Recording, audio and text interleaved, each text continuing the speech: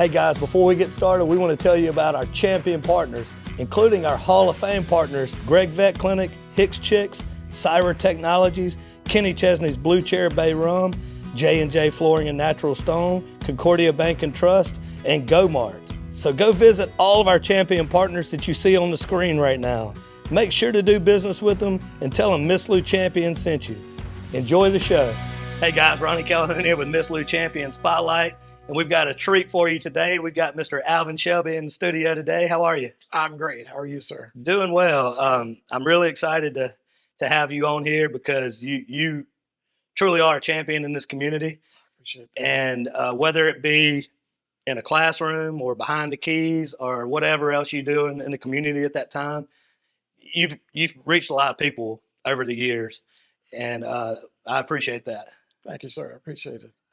I've tried my best to do what I can for the community. That's why I never left here. I had many opportunities to leave. As a matter of fact, I got a call from a job in Chicago just a week ago. Wow. And I just, I feel my calling is here to continue what I'm doing here. Yeah. And when it's time for this chapter to close, then it will. I'll know, and then I'll do something different. But Yeah. right now. Well, this community is thankful that you've been in it for as long as you have. Matter of fact, why don't we just segue into that? Why don't you tell us where you grew up? Did you grow up here? I grew up right here. Grew up in a little neighborhood over in West Deers Lane, which is on the north part of Natchez, with my mother and father, George and Stella Shelby, who are both deceased, but wonderful, wonderful, wonderful individuals. As a matter of fact, I didn't know I was adopted until later in my life. Wow. That's a really strange story, but anyway, Yeah. they were wonderful parents, but anyway, that's where I grew up, and it was a very simple life, but I enjoyed my parents. We did a lot of things together, and I just kind of enjoyed being at home and playing in the yard and just the regular stuff, kid stuff. Did you have any siblings? That's funny because no, my mom could not have children.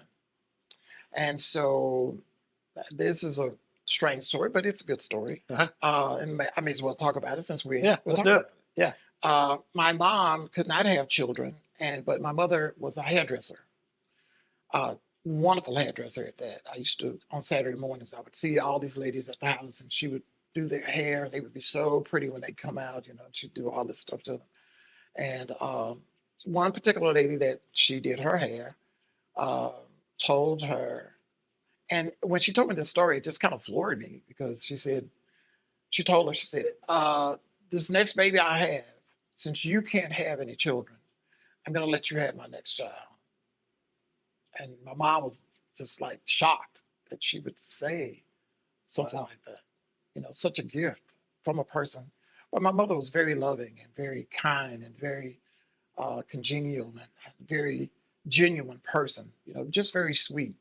Not only just for business wise, but she was a friend.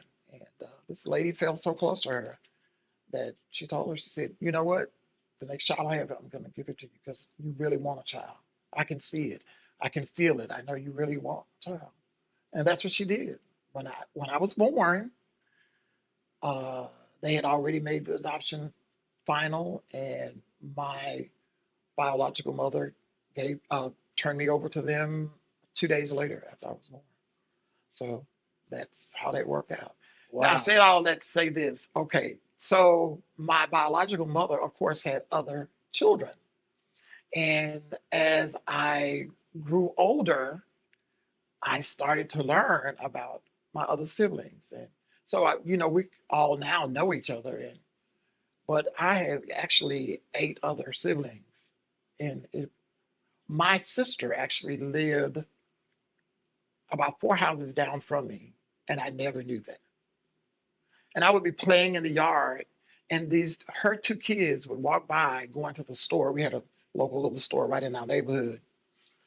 And they would walk by and they would always address me as Uncle Alvin. And that just blew my mind. I just never knew why on earth they would do that. I mean, so one day I was asking my mom, I went in the house, I was just frustrated. I was like, why do they keep walking by in here saying Uncle Alvin? Why? And so my mom says, I'm just not sure. Well, we'll talk about it. We'll talk about it. So, of course, I'm 12. And she was trying to just figure out the right time to say that I would understand, that kind of thing. So finally, she did tell me what was going on. And she took me to see my biological mother. And so that was a whole nother chapter of my life that was very rewarding and confusing all at the same time. I can only imagine. Yeah. Yeah, it was. It's a lot to process It's as a 12-year-old. As a 12-year-old. And, but anyway, it all worked out. I love my brothers and sisters. As we got older, I became a musician for churches and stuff and started playing around at different gigs. Then I started to meet more of them because they would come up and introduce themselves to me and say, well, I'm your brother or I'm your sister. And it's funny, and we're like, okay, And so now we often get together on holidays and just anytime and hang out and stuff. So it's fun. It's good to have that, to have found them. Well, we found each other, but that's how my beginning. What about your biological mother? Did you ever have much of a relationship with her? We had a relationship. It was different, but we had a relationship. Yeah. She passed away several years ago, but she was a wonderful person. She will always be a wonderful person to me to do what she did for my mother. Yeah. Yeah. Wow. I wasn't expecting that story out of the gate. That's interesting. Yeah. It's you never know. That's why I love talking to people, because you never know somebody's story until you just sit down and do what we're doing. Yeah. So I appreciate you sharing that with us. There's probably a lot of people out there that never knew that. Probably not. So as you started getting into your school years and all of that, tell me a little bit about going through school and where'd you go, what type of student were you, and all of that. All right. I started at Holy Family School. That's where I went to elementary school. And I had to go to Prince Street because they were full at the time. My mother wanted me to go to a Christian school because of her strong religious beliefs. She felt that I needed to be in a place where God was always represented, some type of way, where you could pray, where you could sing about God, could talk about God. And so I went to Prince Street for a little while, and there I met one of my favorite people, teachers, Miss Joyce Woods. And later on, we ran into each other. Our paths crossed again because she actually became the music minister at our church. And so, 14, 15 years later, we run into each other again, which was great. But anyway, so I went there for, I think, maybe 9 weeks until they got an opening. So somehow they got an opening, and I went to Holy Family the rest of the year. So I started there, and it was wonderful. I enjoyed my time there. I learned a lot at that school. I learned a lot. We would have, at that time, most of the staff was nuns. And we had Sister Albert, who played for Mass for us. That's the first time I ever heard a Hammond organ like in church, and it was amazing to a little guy looking at this big instrument and hearing the sound that a Hammond would make, not knowing that I would later on be. So at this point, you had nothing. You had no musical interest. No, actually, as a matter of fact, I started playing when I was 2 years old. Oh, wow. Okay. Yeah, I kind of skipped over there and went to the school, but yeah, I started playing when I was 2. My mother brought me a little Tinker Toy piano for my birthday, and it was funny. Little things that I would hear on the radio or jingles that I hear that kind of made sense to me. I would sit there and pick out the rhythm, pick out the notes to those. So I always had a really good ear, so I could hear. And we're just jumping off another story. Yeah, but we're just talking. So my mother, after she saw that I was really interested in music, when I turned 7, she sent me to formal music lessons with Thelma Stevens. I took lessons from her until I was in like 9th grade, 10th grade. Then she passed away, but her son took me on as a student, so I finished there with him. And then when I left him, I went to college. I ended up majoring in psychology, but I minored in music. Because at that time, counselors would tell you, hey, look, we don't want you to be a starving musician, so why don't you pick something to major in that you can get a check, and then do this other thing as a hobby. But actually the thing they thought was going to be a hobby ended up being my entire life and my whole livelihood, So Yeah. But getting back to Holy Family, yeah, that's where I went. And like I said, it were mostly nuns that were employed there. And they were strict, of course, but I learned a lot. We had drama, we did plays, and that's why I learned a lot about the artistic part, how to be in a play and how to sing a leading role. And it was just fun stuff to do, and I enjoyed that. And when I left there, I went on to Cathedral. Okay. I And thought you went to Cathedral. yeah, Yeah. yeah, I went to Cathedral. I went to Cathedral for seventh grade. So from seventh through 12th, that's why I ended up graduating from Cathedral. Okay. And then where did you go to college? Tougaloo. Okay, that's what I thought, but Yeah. I Googled you, so I wanted to get it right. I wanted to make sure I got it right. Yeah. So during your time in grade school or middle school or high school, were there any, like, I know you mentioned one teacher already. Were there any other teachers that had a big impact on you, whether it be just life wise or music wise, or any people in town? Yeah. At school, I would have to say, uh, life-wise, it would be Sister Rayfield.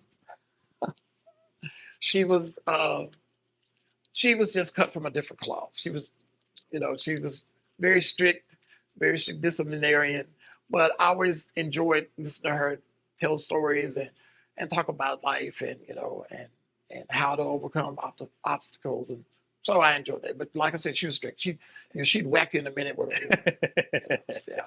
Yeah. But growing up, I had a couple of musicians that really, really helped to influence my, although a lot of people say how they're influenced by people on the radio and I actually had people in town that really influenced my style and what I wanted to be like. One was Marion Carroll, who was my mother's musician at her church. And I would go, she would take me as a little boy to rehearsals, and I would sit down in the sanctuary as they were rehearsing the choir stand. And he was bigger than life to me. You know, he was a educator. He taught at McLaurin at that time. I think he was a science teacher or math teacher or something. But anyway, he was very stylish, and just a great guy, Marion Carroll. So I love the way he sang. I love the way he played. So I picked up a lot of his stuff that he did when he was playing. Another great influence on me was Joyce Dunmore, who I sang in the choir with her as a little boy. She played for the junior choir, the youth choir at the church. I learned a lot from her, and she was a wonderful lady. I really enjoyed working with her and being under her tutelage as she. And two main people that really influenced uh, my playing was Dorothy Hills, who was a wonderful musician. She had studied at Tuskegee, I believe that's where it was. And I think I know she had played in places all everywhere. And she had a sister, Daisy Newman, who's a great opera star. And she has played in New York. And so her style was totally different. She offered something that I'd never heard before. When she played the piano, it was like unreal. When she would play, it would just boggle my mind. Her chord structure, her wonderful individual.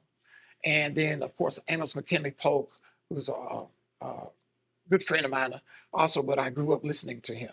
And he was a great mentor as far as somebody to really look up to as far as his playing. He could play. He was a great organist. He was one of the best organists I think that has ever come through Mississippi, as far as I'm concerned. And he moved on to Detroit, I think, and he played for big church in Detroit, Michigan. And stayed there for a long time, and he moved back home. But anyway, those are people from my childhood. Miss Francine Presley was another person. Miss Georgia Scott. All those people from that era just really influenced my playing, and what I wanted to strive to be.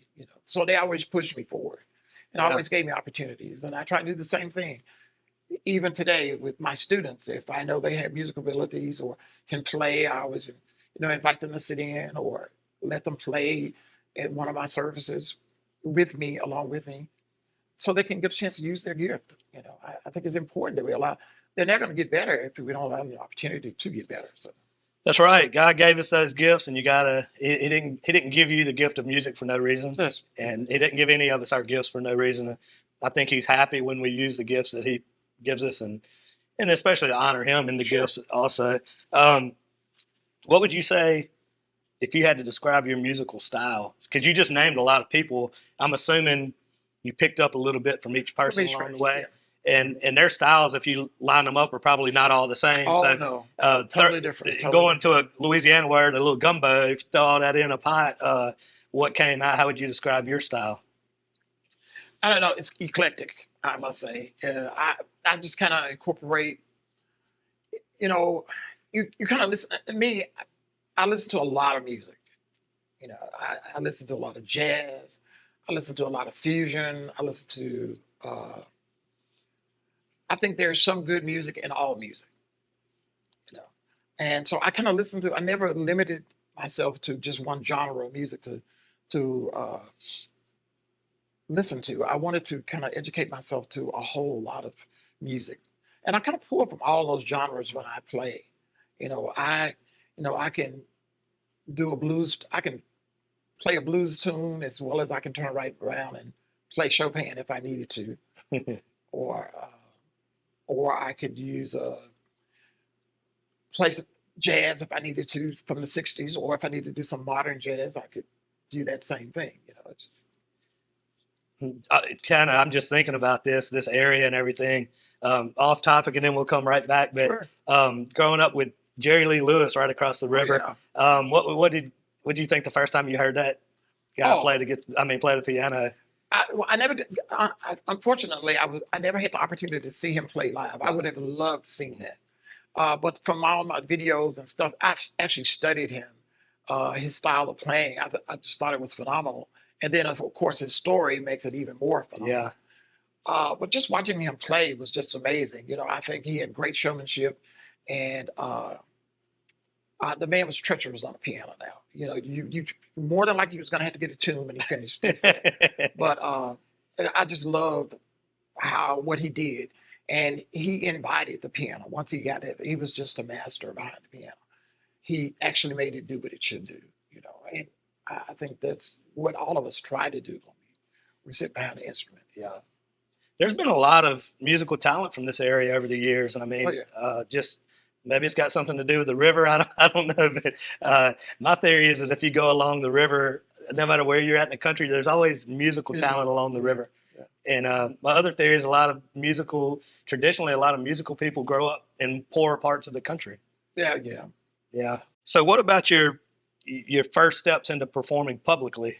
Do you remember your first gig? Actually, my first, not actually performing publicly, was in church. Okay. What age were you then?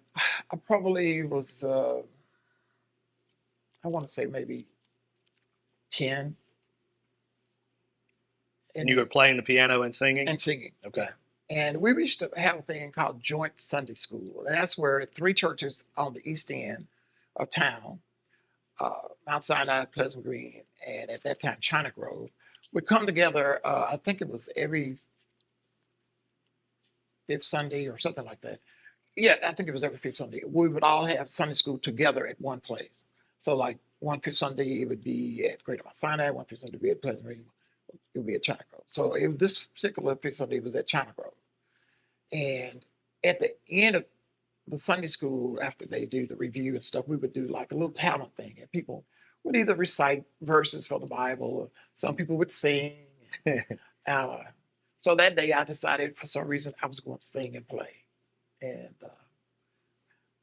I was scared, of course, when I went up, but when I did it, I felt at ease. I felt comfortable behind the piano. I actually felt comfortable, singing in front of everybody. I was about to ask you the question, and this may be the answer. I don't know, but is there a moment to where you were like, "Hey, I'm pretty good at this. I could do this." I don't know. I don't know if it was that or not, but I do know that I felt that this was something I wanted to do, and so I honed my craft to try to get better. Each time that I perform, I try to be better than I did the last time. Yeah. I keep I move the bar for myself. I don't go by anybody else's bar. I just go by my own bar. I challenge myself to be better than I did the last time. Do you still do that? I still do it. I still do it. Are there still pieces that you're still perfecting? Yeah. I mean, there are things that I like, or certain uh, pieces of music that I want to master. So I still work on those pieces, just for fun. Yeah. I'm looking at some of the places that you performed over the years. You tell me if this is all correct. It says Italy, Canada, Africa, Europe, led gospel choirs at Sundance and the Getty. Is that? Yeah, That's a lot. That's John Paul Getty Museum in Yeah. Los Angeles. As a Okay. matter of fact, the concert we did there was sold out. Our whole tour for that particular tour was sold out. So was all of these international places and the Getty and all that? Was that one tour? No, actually, they were all different entities. Okay. There are different times and different occasions that I did. We were there was a John Gandy and her husband who had did these beautiful portraits that are at the Presbyterian Church. Oh, yeah. Yeah. Well, they were on loan to Cal Northwestern, and Ron Davis, Dr. Davis, used to come here and bring students to do research and stuff. And so when the portraits went there, they sent our choir as a liaison of ambassadors of goodwill, as such, to do concerts to kind of tag along with the photos, with the exhibit. Yeah. So we did a concert at the Jesuit University there. We did a concert at the African American Museum. We did a concert at the John Paul Getty Museum, and did a concert at a private home there. And the 3 public concerts we did were all sold out. What age were you when that happened? I was probably in my 30s. Okay. Yeah. Yeah. What were those international trips like? And Well, it was just one of the people knew that I was a musician. And since I was going to be there anyway, they said, well, look, since you're coming, let's do this. And so I said, okay, I'll do it. So I performed in Africa. I did a wedding, played for a wedding there, did special music for the wedding. And it was good. It was well, I enjoyed doing it. people you knew beforehand, or? I didn't know them. I knew their family. I Okay. knew some members of their family. And so once we arrived in Ghana, then we all met, and they were like, this is what I'd like for you to do. Would you do it as a gift to us from America? Do this for us. Yeah. Sure. Why not? That's pretty cool, man. Yeah. What was your favorite international experience playing? I would have to say the Africa trip. I think that was fun. What were the highlights from that for you?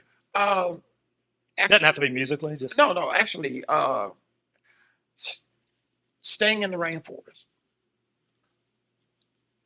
out in the roughing it, just out, the cold water showers, that kind of thing. Yeah. I think that was interesting for me. That was like something I'd never experienced before, and seeing the pineapple, I don't know if you call it gardens, whatever they were, but just mountains. I mean, the mountains, just how you could see these pineapple groves or whatever they're called. I'd never seen anything like that. It was amazing. and the fruits there was like candy. They were just so delicious. And interesting thing about Ghana was like where one place it may be a mansion right here, and right beside it, it may be a home that doesn't even have windows. There's no kind of thing where, this whole neighborhood is all whatever. Mhm. It's just, there could be a mansion right there, and it could be a little shanty right here. Wow. And people don't put shrubs and pretty flowers in their yards. They grow okra, they grow corn, they grow peas, they grow mango trees, they grow stuff that can sustain them. very practical. Yes. Yeah. Yes. Wow. It was, and I would walk up and down the village, and just, just listen to the people and eat some of the food off the vendors, smoked corn, off the grilled corn. And it was a great experience for me. How are the people? The people The nice? people, they were very friendly, Yeah. very friendly. And once they learned that you were American, they they had a lot of questions. They wanted to know certain things. So anyway, I had a young man that was with me, and of course he translated for me so I could explain what they wanted to know, and it was a good experience. Yeah. One thing that I found, just a little bit off topic, is just about everywhere that I've ever been, and most people that I know, doesn't matter where they go, people are people, man. Yeah. You watch the news and you think people are crazy and this and that, but most everywhere in the world has good people in it. Oh yeah. And that makes you feel good about humanity. Oh yeah. Oh yeah. There was one particular incident. I went to a church there in Tima. We kind of did a circle around Ghana, so about a 300-mile circle around.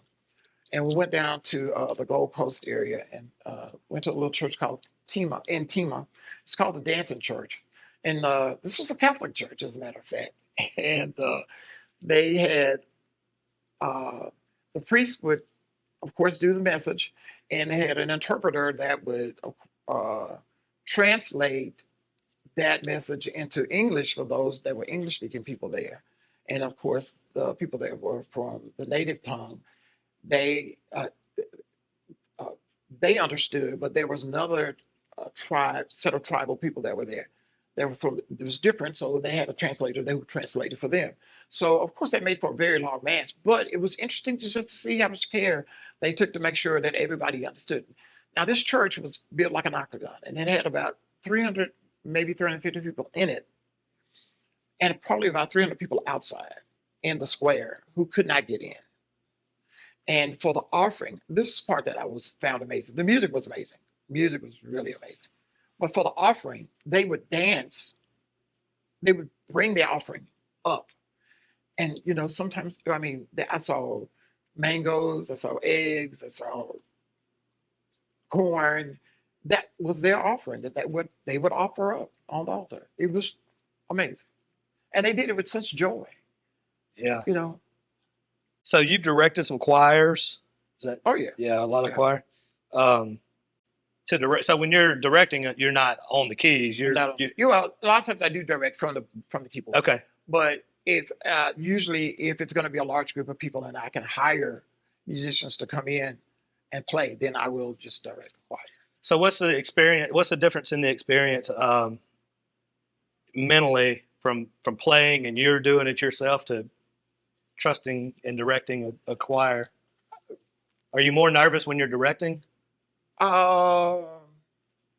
I mean, because if you've rehearsed and you kind of know where things are going to go, it's a difference because when you are directing the choir, you want them to do their very best. So you're going to do whatever you have to do to pull that from them. So it's a whole nother beast. I mean, like when you buy an instrument, then you're playing and hoping that it just happens. But when you're in front of them, I mean, I have choirs that I've seen do. I could sit down and play that same song, and they could do it. Then I could get in front of them and put another musician on the instrument and do the same song, and they would take it to a whole nother level. Wow! I see the difference, and even the musicians will tell me. We have a great band at our church at Pilgrim.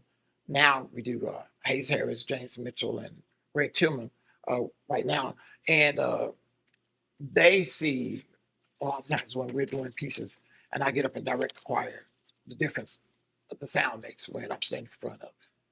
I wonder what it's just you're just pulling it out of them. I guess that they're expecting your and they see the energy that I'm giving and they will bounce off kind of match that energy. Yeah, that's funny how that works. Yeah. Some of those directors are pretty funny to watch too. Some of those guys are characters. Oh yeah. Yeah. Do you this is a little bit off topic too, but do you enjoy watching like the college bands and stuff like that perform? Oh yeah. I as a matter of fact I went to New Orleans to the Battle of the Bands one year, and my first time ever attending, and it was awesome. Yeah. I'd never been, but it was a great experience. Yeah. I enjoyed it.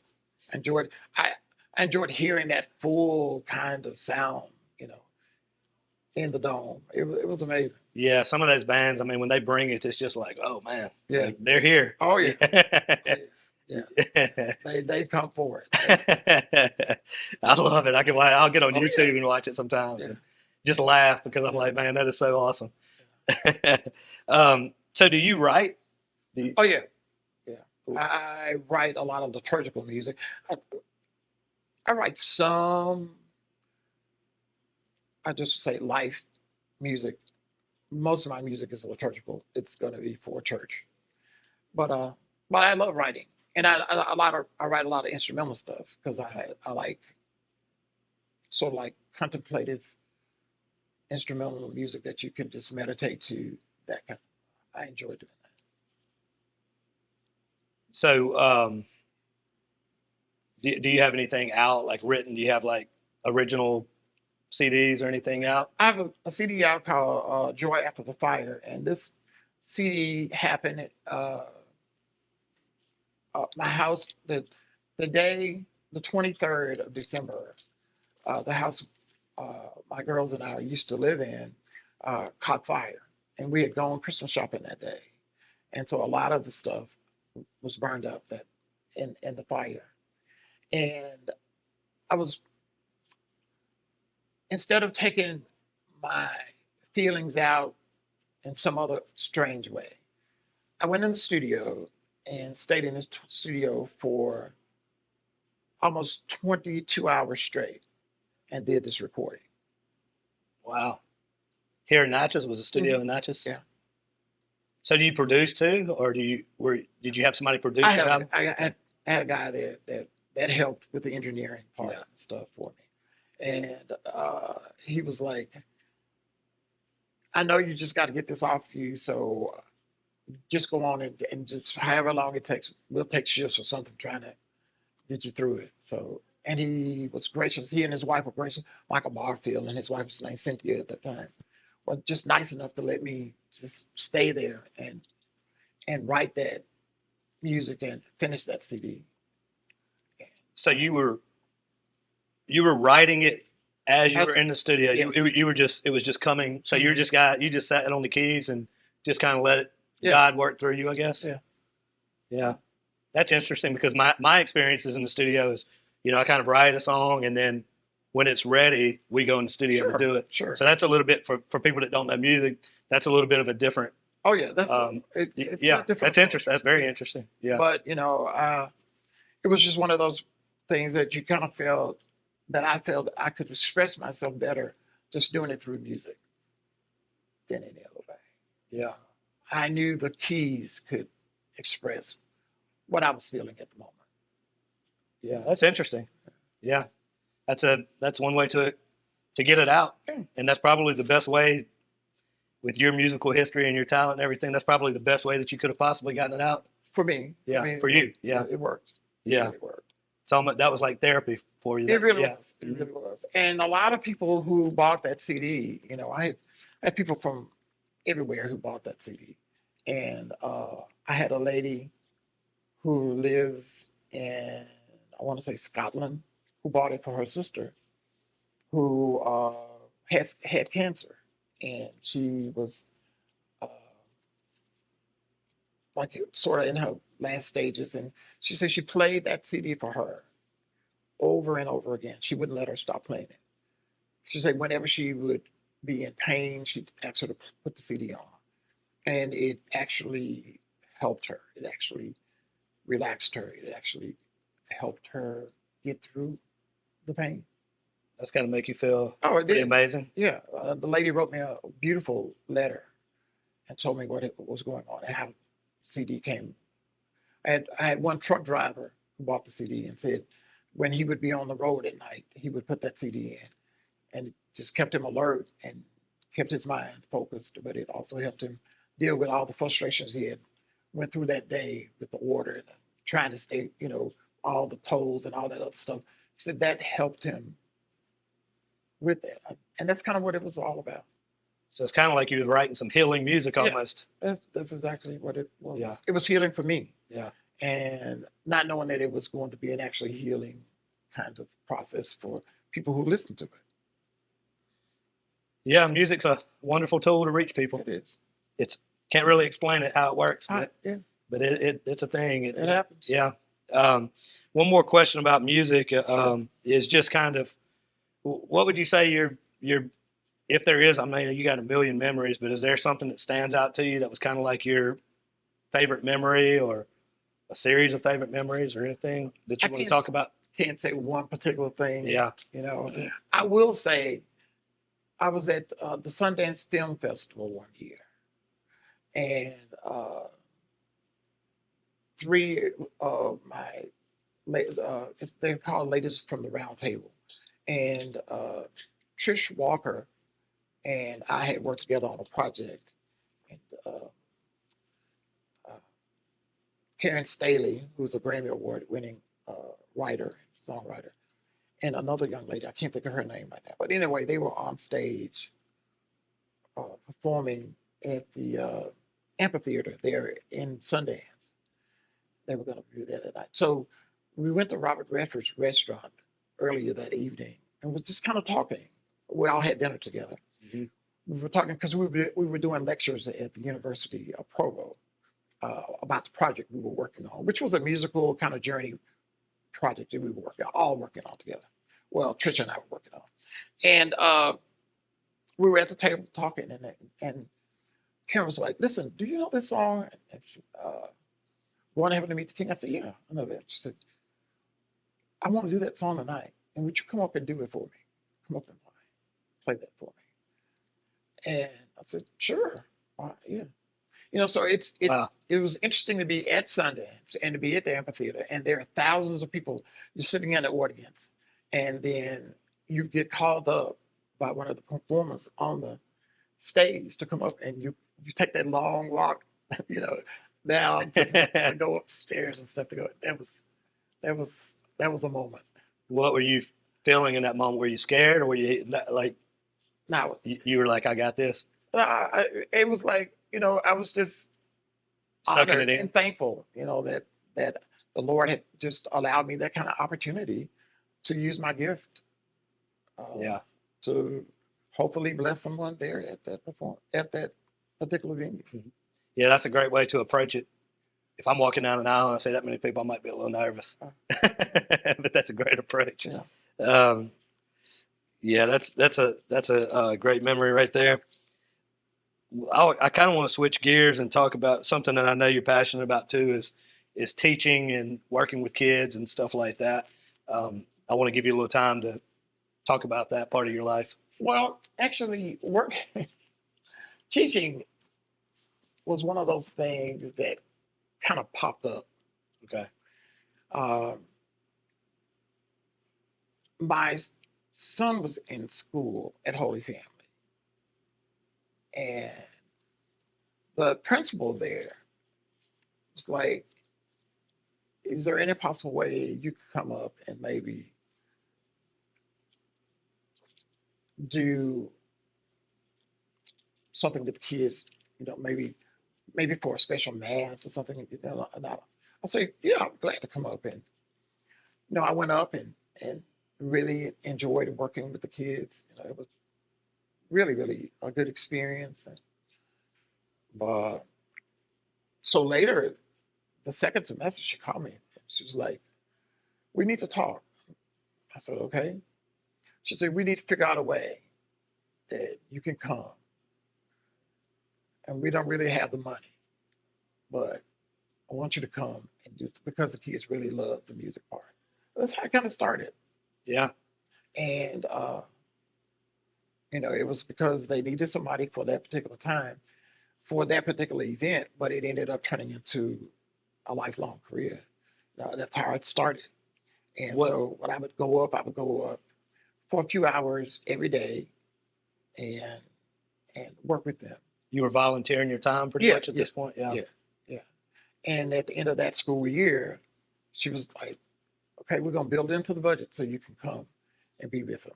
And say maybe not all day, but we'll plan it so you can come and be maybe part of the day. So I worked like in the mornings. I would go from like 8 to 12, 8 to 11:30, Okay. and work with kids. And that's how it started out. So how many years have you worked with kids now? 40 plus. Wow. Wow. I've been at Cathedral 35 plus years. And I was at Holy Family about 7 years prior to coming to Cathedral. And it was funny because I got the job at Cathedral because Jules Michelle and Michael Shumway came over to see one of the shows we did at Holy Family. And they were so impressed by what they saw. They went back and then they called me about a week later and said, hey, look, we need that same program here at school.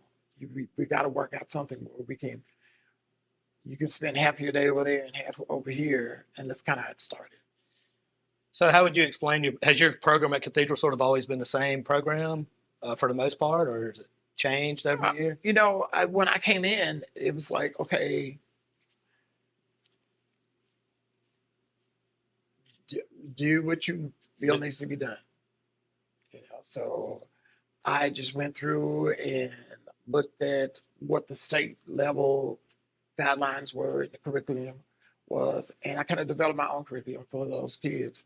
So it was like writing my own curriculum for them as I went along. So what type of thing is this? Is this all music? Yeah, it's or is this? it falls under the umbrella of general music. Okay. And the reason why it falls under general music because I don't just teach choral, or I teach them how to read. I teach them theory. I teach them history. I teach them dancing. You know, we just teach them how to record. So anything that deals with music, that's why it's general music because I'm able to tap into that to show them different levels of music, not just, you know, you come in and you sing. You know, Yeah. when my kids leave from taking my class, I have music teachers and I have choir people tell me, I know your students when they come because I can tell them about a quarter note, I can tell them about a half note, I can tell them, ask them about if something needs to be done legato, or they know. I said, yeah, because we work on that all the time. What ages are you teaching? I teach pre-K all the way to 8th grade, and I'm not sure this year might have high school. Just we'll have to see what the schedule is going to be. Wow. So you kind of you're kind of pulling kids from each grade? Is that kind of how it works? You're not teaching like 30 people in a classroom, right? Yeah. Are you? Yeah. Wow. Yeah. And you're connecting with them like that? Wow. Yeah. That's hard to do. Yeah.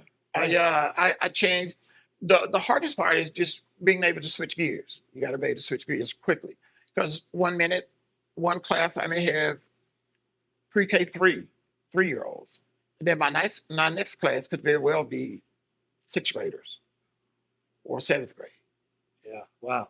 And then after them, it may be first grade coming in. So you just got to be able to switch gears. I mean, that's interesting. What would you say has been your most rewarding part about teaching over the years?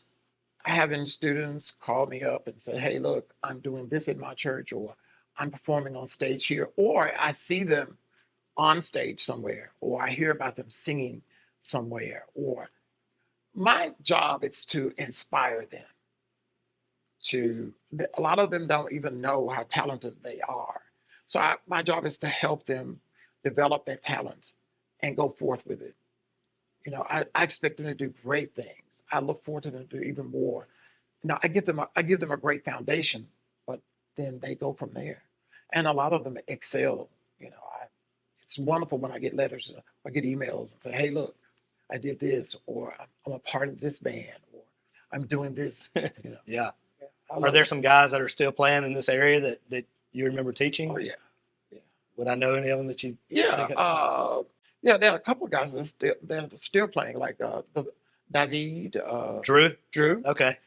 He's a very talented musician. Drew is extraordinary. I mean, he's a great guy. He came through your program. Yeah. That's the good thing when I go and hear them, and I try to support them whenever I can. I see them performing. I always try to drop in. Yeah, Drew's a very talented. Yeah, I've heard him play the keys, and he plays multiple instruments and plays them all well. Yeah. So let's talk a little bit about, let's see, we got a few more minutes left. Let's talk a little bit about just your personal life in general, and I guess what faith means to you and all that, because I'm kind of curious, because I don't know you that well, but you seem like a very godly guy, and we've talked about it several times through here. So what role does faith play? Has it played in your life, and what role does it play today?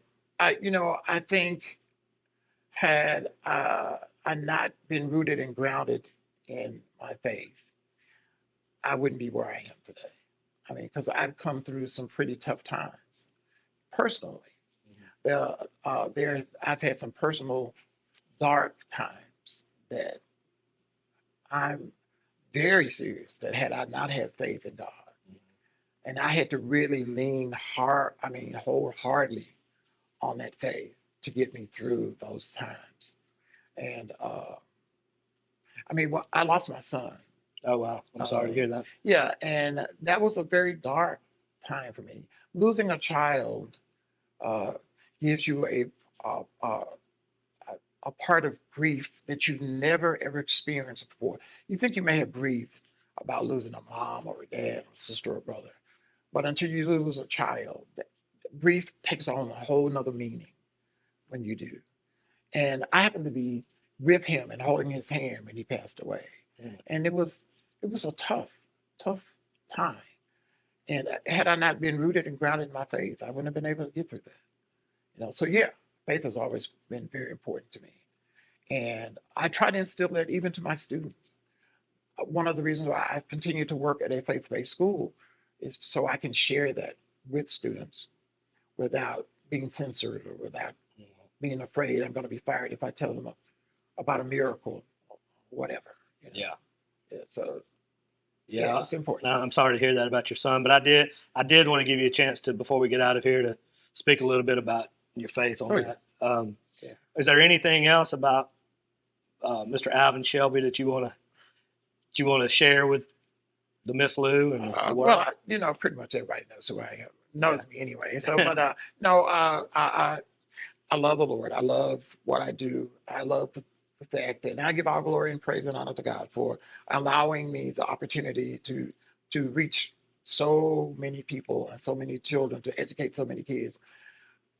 40 years of reaching out to children. I've taught many, many, many, many, many, many children. And I was telling a lady at the graduation, this past graduation for Cathedral, I said, this is my 35th graduation. I said, I've been to 35 graduations and I played at all 35 graduations. I said, that's a lot of graduations. Yeah. That's a lot of kids for 35 years. It's a lot of lives touched. Yeah. Yeah. So I'm truly blessed to be afforded that opportunity to do that. So I hope and pray that I can continue on to do it for many more years. Can people catch you around playing? You still pretty active playing? Oh, so? yeah. I play 5 services pretty much every Sunday. And when I'm not there, of course, I'm across the street at Frankie's on Fridays and Saturdays. Okay. And then I do a whole lot of other stuff doing it. As a matter of fact, the last couple of weeks I've been in church almost every night doing something special that we've had going on. Well, God bless you, man. I appreciate you coming on. I appreciate you coming on and sharing some of your story. And sure. I know there's so much more. We could sit here and probably talk for hours. Oh, yeah. But I appreciate you sharing the story with us and letting us kind of get it out to the Miss Lou and beyond. There's a lot of people from around here that have moved off, but they love to hear these stories. Oh, good. They'll message me and say, man, I haven't seen that guy in forever. Yeah. So that's really what we love about kind of doing these. Well, that's good. That's good. I admire the work that you're doing, and I'm glad I got a chance to meet you and be a part of what you're doing. I appreciate you inviting me up too. Well, thank you so much. Thank you again, and thank you guys for tuning in and watching. I know you guys enjoyed it as much as I did. Just make sure to like, follow, and share. God bless everybody out there, and as always, have a champion day. Hey, Miss Lou, come visit us, Tom and Wright Granning at Go Mart and On The Go Deli.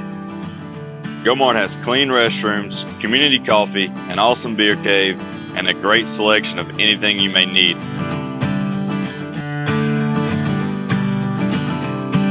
Located at the corner of Highland Boulevard and Highway 61 South in Natchez. Also, stop by Wardo's Po' Boys at 309 North Broadway on the beautiful Natchez Bluff. Where everyone is family.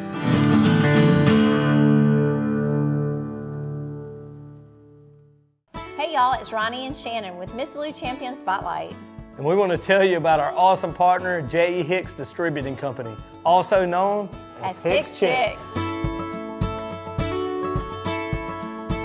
Hicks Chicks is a local, family-owned food distribution company that has been serving the Miss Lou since 1945. You already know they serve all of your favorite restaurants, but did you know that they are also open to the public? Hicks Chicks has a variety of food products, including delicious heat and eat options like chicken and dumplings, white bean chicken chili, lasagna, and gumbo. They also carry a wide variety of seafood options like shrimp, crabs, tuna steaks, salmon, and catfish. And don't forget about their delicious burgers that are already pattied up for you and their amazing dessert options. So stop by today at 1380 Martin Luther King Jr. Road in Natchez. Hicks Chicks. Way more than just chicken.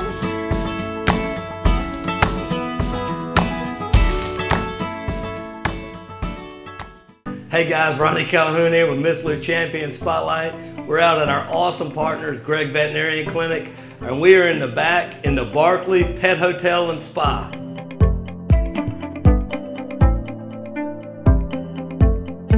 I'm standing in the Magnolia Bell Suite, which is one of 5 elite boarding suites available to your 4-legged furry friends when you travel this summer. Each suite comes with a private bed, flat screen TV, 24/7 video monitoring, and a sliding door so your pet feels like they're home. They provide one-on-one walking and activities in a fenced-in private backyard. So call Gregg Vet Hospital today and request your pet suite at the Barkley Pet Hotel and Spa. They'll leave the light on for you. Call Gregg Veterinary Hospital today.